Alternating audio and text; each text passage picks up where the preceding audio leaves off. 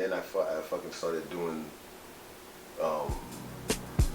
other like animated work for different people. So they thought I was a white dude. So I stepped in there and then they were like, they looked at me, you know, like, why are you here?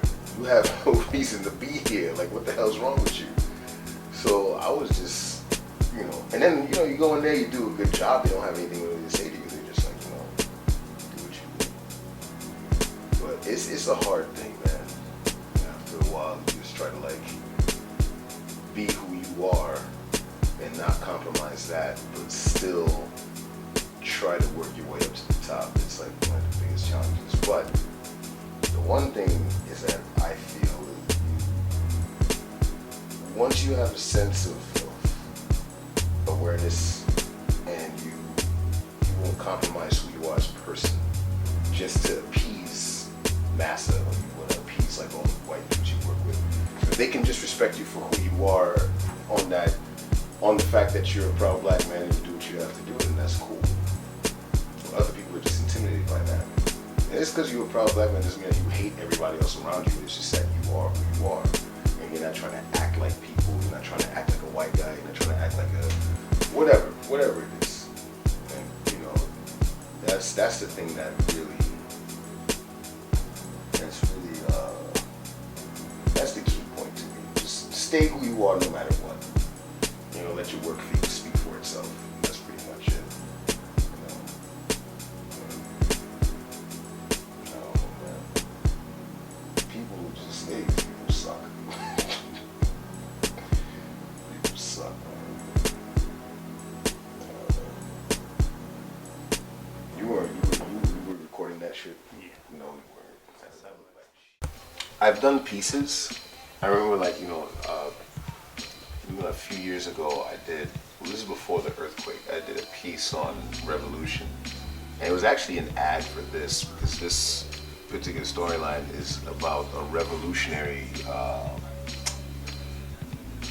movement in a post-apocalyptic world going up against fascists. The same, you know, classic dystopian type tale, but I had made an advertising poster for this using a small child with a gun as a revolutionary warrior, and I had a quote from from Jean-Jacques Dessalines as the wording for the whole poster. It was pretty cool. Let's see if I bring it up. I have it somewhere on here. But other than that, not really.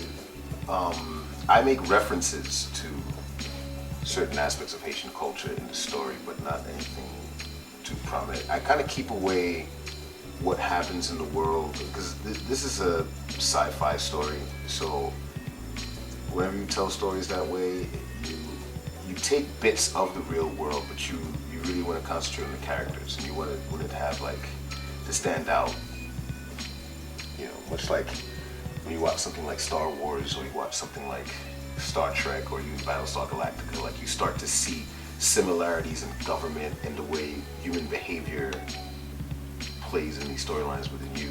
You kind of like, you take a little bit of that and you just go crazy with it in the story.